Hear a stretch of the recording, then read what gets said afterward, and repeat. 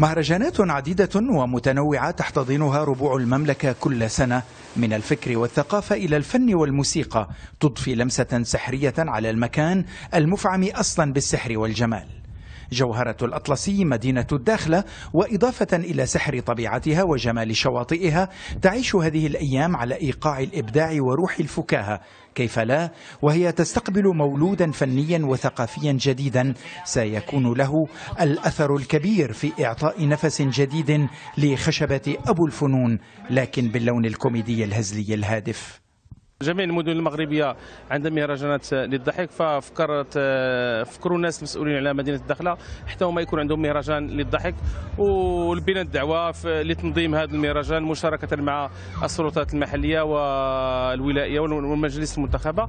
فالحمد لله كما شفتوا حضور مكتف لجميع الفنانين المغاربة وكذلك الضيوف المصريين اللي محبوبين عند الجمهور المغربي في عالم الكوميديا. وكما شفتوا ثلاث الساحات تدل هذا إلا على الترحاب ديال السكان ديال مدينة الداخلة بالفنانين المغاربة والفنانين المصريين.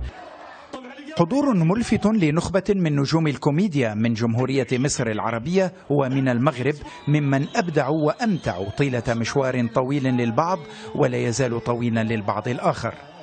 هالة صدقي وعلاء مرسي اعتلا المنصة وتسلما درع المهرجان اعترافا وتقديرا لريبرتوار فني منوع وثري.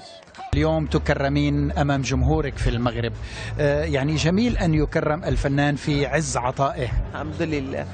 طبعا هو أي تكريم لأي فنان بيبقى طبعا زي ما بيقولوا الفنان بيشحن أو بيحس إن الناس حاسة بيه وإن الناس بتحبه ومقدرة مجهوده ومقدرة عطائه الفترة اللي فاتت، المدة اللي فاتت دي كلها.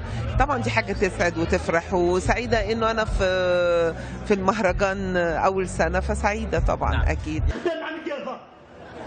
وبما أن كرم المهرجان من كرم المدينة، فليس بالغريب أيضا أن يكرم الفنان المغربي عبد الخالق فهيد، الذي طل على جمهوره بباقة من لوحات كوميدية نالت إعجاب الحضور.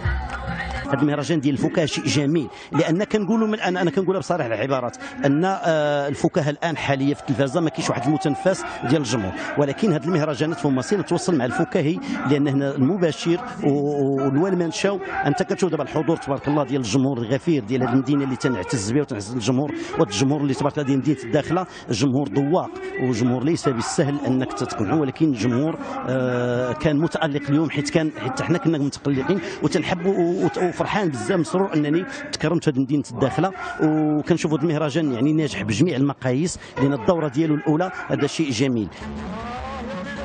في السهرة كان هناك أيضا عرض فني كوميدي للشاب صويلح، وآخر للفنان سعيد الناصري، الذي أمتع مرة أخرى جمهوره الغفير من سكان المدينة ومن زوارها.